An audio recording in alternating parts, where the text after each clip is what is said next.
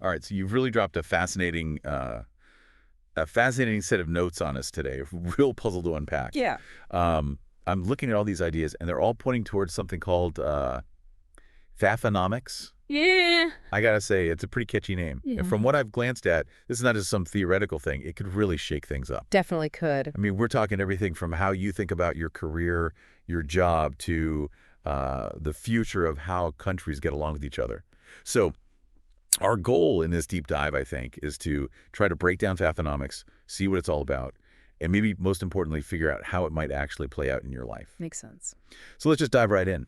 Fathonomics, or Mhm. to use the more colorful language in some of these notes, fuck around to find out economics. Yeah, that title, it really does kind of set the tone for what we're looking at here. We've got your personal thoughts from today, March 20th, 2025, but then we've also got all these other bits and pieces, articles, quotes, headlines. A real mix. It seems like everyone's trying to make sense of these core ideas, figure out the risks, and wrap their heads around the possible consequences of this, well, let's call it unique approach to economics. Unconventional, for sure. So big picture first, F-onomics. Your notes keep coming back to this idea of it being a kind of a chaotic economic strategy and one that seems to be gaining traction. Yeah, absolutely. It's definitely out there. What are the real key takeaways here? The foundational principles. If someone's just hearing about this for the first time, what do they absolutely need to know about how this whole thing works? Well, the first thing that really jumps out at you is how different this is from the traditional ways of thinking about the economy, the old playbooks. Your Nates lay out a bunch of really distinct principles that make economics what it is. Okay. So, brand new playbook. Brand new playbook, exactly. And right at the heart of it is this concept of strategic chaos. The idea is you can actually gain an advantage by deliberately creating this sense of constant disruption, being unpredictable with your policies, keeping everyone on their toes. So it's not about carefully crafting a plan and sticking to it. It's more about keeping everybody else, both at home and internationally, constantly reacting to what you're Yeah, doing. that's a great way to put it. Just always keep them guessing. And this chaos, it often gets amplified by what you might call attention-grabbing tactics, making decisions that are controversial, really designed to dominate the news cycle, control what everyone's talking about. It's not just a side effect, it seems intentional. Stir things up. Exactly. And then running through all of this, you see this strong isolationist streak, this real America First mentality that doesn't seem to, at least on the surface, acknowledge how deeply connected the global economy really is. Yeah, that's something I was thinking about as I was reading through this. We often talk about how globally reliant even domestic industries are, needing parts, resources from all over the world. It's a web. It really is. So this isolationism, wouldn't that lead to some serious issues? Bottlenecks, shortages. Absolutely. And one of the most crucial pieces of the puzzle here is that unpredictability being baked in as a core strategy. Frequent changes in policy, surprise economic decisions, always keeping other players guessing. A perfect example, and it pops up in your notes over and over again, is this idea of slapping tariffs on Canada and Mexico, a full 25% and another 10% on China. Wow. Those are not small tweaks. Those are huge shifts in how we do business with some of our biggest partners.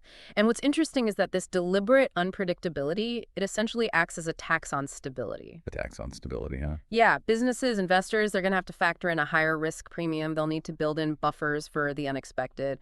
Makes sense. You can't plan as confidently when the rules are always changing. So those tariffs, I mean, for companies that rely on that cross-border trade, that could be a real shock to the system. Absolutely. And it really ties into this very confrontational approach that seems to be at play. Using tools like tariffs and sanctions, not just against rivals, but even countries we've traditionally considered allies. That seems like a pretty big departure from how things have usually worked. It really is. It goes against those long-standing international norms of cooperation. And it's all very much tied to this intense focus on domestic issues, trying to score those quick economic wins at home, sometimes without really seeming to think about the bigger global consequences. So short-term gains over long-term stability. It seems that way, and it almost feels like economics is being played out at the speed of social media now, always chasing the next headline. Media-driven economics, I think you called it, policies being crafted not just for their economic impact, but for how they'll play in the press. Yeah. Policy as much for the press release as for actual economic benefit. That's a key part of it, at least according to these notes. And then you've got the whole approach to how the government itself functions, deregulation and privatization. Your notes point to things like Elon Musk being involved in discussions about public finances as a sign of this trend. Interesting. Less government oversight, more influence from private companies in areas that used to be strictly public. Now, you do touch on the argument that this could actually lead to more innovation, more efficiency by cutting through the red tape. Streamline things. Exactly. But you also raise concerns about what could happen to consumer protections, those safety nets that are in place, if things aren't managed really carefully. Yeah, that makes sense. Less oversight could mean less protection for the average person. Mm-hmm. So we're seeing a smaller government role, bigger, say, for private companies, even in areas we might not have expected before. Exactly. And to round out these core principles, you highlight a real preference for what are called bilateral deals, direct negotiations, one-on-one, often driven by those personal relationships, rather than working through those big multilateral agreements that have been the norm. More about individual deals than working within the existing systems. Exactly. And the speed of implementation, it's all very rapid, a trial and error kind of approach. Not necessarily a lot of time spent on long-term analysis, just try it and see what happens. So a pretty distinct set of ideas here. And as you said, a real shift away from the more collaborative, more predictable models of global economics that we've seen in the past. Absolutely. Okay, so let's bring this down to earth a little bit. How might all of this actually impact something that affects every single one of us? Our jobs, our careers. Great point. You've got this section in your notes called All Notes 3UO00025. Let's dig into that. So all this strategic chaos, these constant policy shifts, how does that actually translate into what the job market might look like, what people might experience in their day-to-day work lives? Yeah, so what really stands out in your notes is the potential for just massive job market volatility. If the rules of the game are constantly changing and the focus is so intensely domestic, it seems like sectors that are really globally interconnected, like tech, automotive, those could experience some wild swings. Yeah, I see that here, a real roller coaster. On the other hand, you might see some short-term growth in areas that are more focused on domestic needs, things like manufacturing or even, fossil fuels, interestingly enough. So overall, it feels like we could be in for some pretty dramatic shifts in what industries are thriving and which ones are struggling. Yeah, a real reshuffling of the deck. And another thing that your notes point to is the rise of what's often called the gig economy, more short-term contracts, less of that traditional stable employment, which, if you think about it, makes total sense. In a world that's so unpredictable. Exactly. If businesses can't be sure what the future holds, they're going to be less likely to commit to those long-term employment relationships. Yeah, it makes it harder for both the employee and the employer to really plan ahead. And, I mean, that obviously have huge implications for things like job security, having access to benefits, all of that. Totally. It's a trade-off. Now, another thing that's really interesting is how all of this might impact the skills that are going to be in high demand. Your notes suggest that there could be a real premium placed on trades that are kind of insulated from global issues. Insulated, okay. Things like plumbing, electricians, local agriculture, jobs that are inherently domestic, meeting those essential needs within the country, those might become much more valuable than those that are heavily focused on international stuff, like international trade law or global finance. So it's less about navigating the complexities of international regulations and more about, I don't know, being able to fix a burst pipe or make sure the crops are growing. Yeah, that's a bit simplified, but you get the idea. And closely tied to that is the potential impact on skilled foreign workers. Right, bringing in talent from overseas. If this America First idea really takes hold, it could lead to stricter immigration policies, fewer work visas being issued. That can make it much tougher for companies to find the specialized talent they need, even if there are gaps in the domestic workforce. So you might have the jobs, but not necessarily the people within the country who have the exact skills to fill them. Exactly. Which means we might have to rethink our approach to training and education, really invest in those domestically focused trades. Maybe we need to put a lot more emphasis on vocational schools, apprenticeships, things like that. Preparing people for those essential hands-on roles. Okay, now let's talk about the vibe, the atmosphere in our actual workplaces. How might these big economic ideas filter down into our day-to-day work lives, the culture of where we work? Right, so this America First ideology, it could definitely create this more nationalistic kind of workplace culture. You might see companies putting a much bigger emphasis on hiring U.S.-born workers. Okay, so prioritizing those born in the country. Yeah, which could create some real challenges for people who've come from other countries or teams that work remotely from all over the world. Could really impact those diversity and inclusion efforts that a lot of companies have been focusing on. Make it harder to build those diverse teams. Exactly. And this is interesting. Your notes point to the possibility of a resurgence in labor unions. Really? A comeback for unions. Yeah. In industries where there's a lot of this instability, a lot of unpredictability, workers might turn to collective bargaining as a way to try to gain some leverage, some security, protect their wages and benefits. Makes sense. If people feel like their individual jobs are less secure, they might band together to try to gain some collective power, some stability. That's the thinking. Now, another thing you touched on in your notes that I found really interesting was this idea of potential constraints on remote work.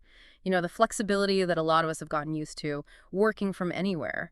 How might Thefonomics, with its inward-looking focus, affect all of that? Yeah, that's a really important point. It's about what we might call tech isolation. If there's this push to reduce reliance on foreign technology, you could see restrictions on using software or platforms that are developed in other countries. Wow, so the tools that we use to connect and collaborate globally, those could become much more limited. Exactly. And companies, they might start to pull back from having those sprawling global operations, bring things back home, regionalize is the word you used. And that could mean people having to relocate, being less able to work from wherever they want. So less global, more local, maybe less flexible overall. It seems that way. Okay, so we've talked about the possible impacts on individuals, on the job market, on our work lives. Now let's zoom out even further. You've got a couple of documents here, Reshaping International Economics Alliances and Reshaping Global Economics and Relations. Yeah, those are some of the more recent ones. And they really paint a picture of how FAFonomics could completely change the game on the global stage, how countries interact with each other, especially in terms of trade, economics, all of that. What are the big shifts that we might see in how these relationships play out? Well, if we think back to that confrontational approach we were talking about earlier, one of the biggest concerns is that it could really strain those existing alliances, those partnerships that have been built up over decades. Damage those long-standing relationships. Exactly. And again, your notes emphasize those proposed tariffs on Canada and Mexico, those historically close allies. The 25% tariffs. Those could be incredibly damaging, really erode that foundation of trust and cooperation that we've relied on. And it could very easily escalate into these tit-for-tat trade wars, retaliatory measures, which just make things worse. Yeah, one country raises tariffs, the other one retaliates, and it just keeps spiraling. And then on top of that, you have that underlying unpredictability. It makes it incredibly difficult for our allies to have any kind of confidence in U.S. economic policy. You don't know what to expect next. Right. It's like the ground is constantly shifting beneath their feet. So the reliability factor in those international partnerships, that takes a major hit. A huge hit. And that naturally leads to a weakening of those big multilateral frameworks, those international organizations that have tried to set the rules for the global economy. Things like the WTO, the World Trade Organization. Exactly. Yeah. This preference for doing those one-on-one bilateral deals, it really undermines those institutions. It goes against those shared rules of engagement that have been in place for so long. So less about working together as a global community, more about each country looking out for its own interests. That's the direction it seems to be heading in. But here's what's really interesting. It could actually lead to the formation of entirely new alliances. And new partnerships emerging. If the U.S. is seen as unreliable or even hostile in terms of economics, it could really push other countries to band together to form new partnerships that either exclude the U.S. or significantly reduce its influence. So while the U.S. is focused inward, other countries are looking for new connections. Exactly. You might see a rise in those regional trade blocs, kind of a fragmentation of global trade, with stronger ties forming between countries in, say, an expanded BRICS, or between the EU and ASEAN, for example. So the global landscape could look very different. What about the traditional role of the U.S. as, kind of a leader in the global economy? How does that fare under FAFonomics? Well, if we're being honest, all this erratic and unpredictable behavior, it could really diminish U.S. leadership in those global economic forums. Undermine our credibility. If the U.S. isn't seen as playing by the rules, always changing its mind, it loses that ability to shape the global agenda.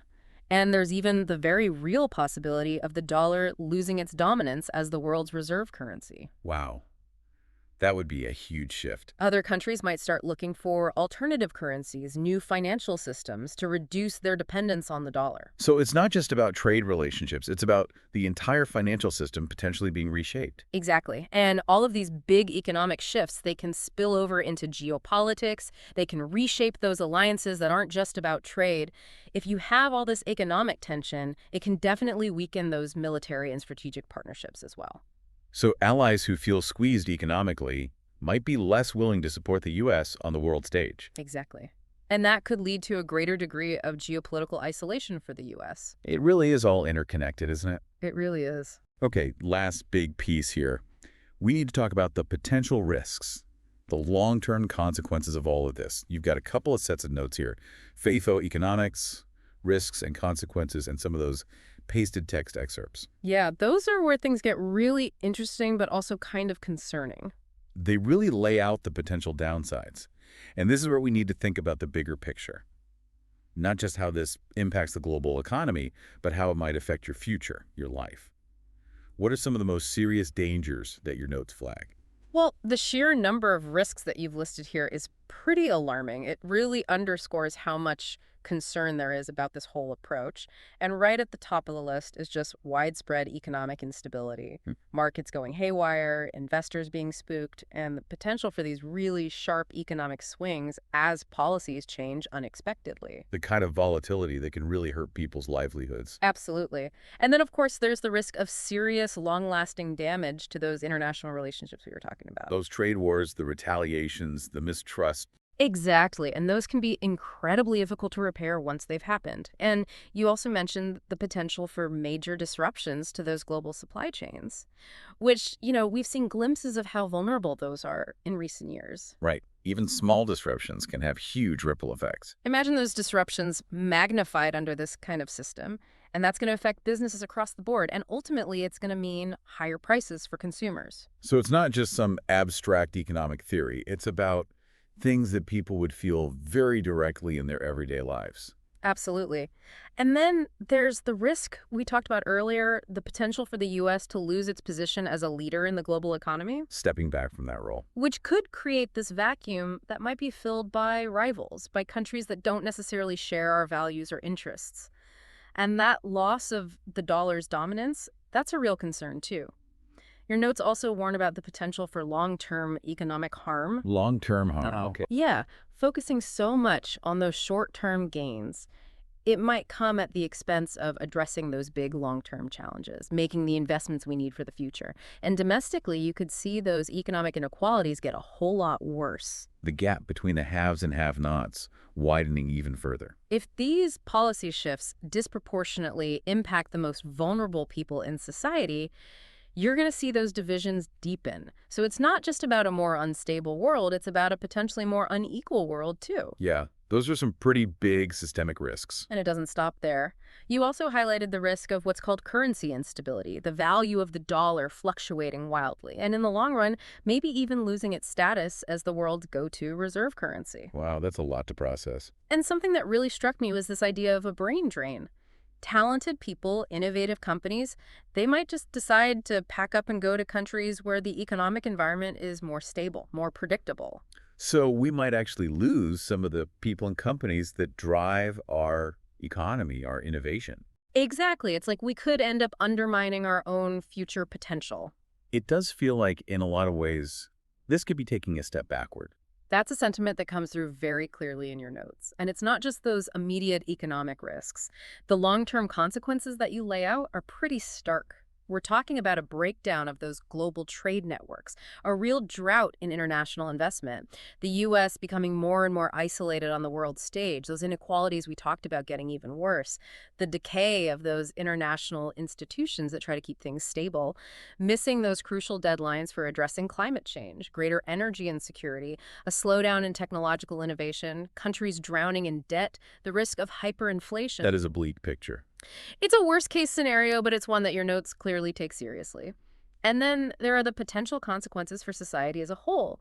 A surge in nationalism and populism, a decline in social mobility, people losing trust in institutions, more polarization, maybe even civil unrest. Hmm. And it could affect things like education, technology, even culture. It sounds like it could touch almost every part of our lives. And when you look specifically at the potential impact on, your daily work and your lifestyle, your notes highlight everything from that job market volatility we talked about to shifts in what skills are in demand, changes in workplace culture, limitations on remote work, higher prices for consumers, people migrating to different regions in search of economic stability, a move toward more localized living as global interconnectedness breaks down, even impacts on healthcare costs, climate change, innovation, the digital divide, travel, and mental health. It's a lot to take in. It really is. Okay, so to summarize, F-onomics, based on everything we've discussed from your incredibly detailed notes, it's really a major departure from how we've traditionally thought about economics. It's chaotic, it's domestically focused, it's confrontational. And unapologetically so. And while the goal might be to score some quick wins at home and shake up the global order, our deep dive today has really highlighted the huge risks and uncertainties that come along with this approach. Risks for our jobs, for international relations, for the stability of the entire world. Yeah, that's a really great summary of the core ideas and the potential consequences. The materials you've provided, they make it very clear that while the intention might be to disrupt the status quo and put America first, there are some very real downsides and a lot that we just don't know how it will play out. So with all of that in mind, what aspect of FAFonomics, and I'm curious to hear your perspective on this, what strikes you as either the most concerning or maybe surprisingly the most potentially promising? And after going through all of this, what are the big questions that you're left with about the future of our world, this world that's so interconnected but maybe becoming a little less so? That's a really great question. Let me think about that for a second.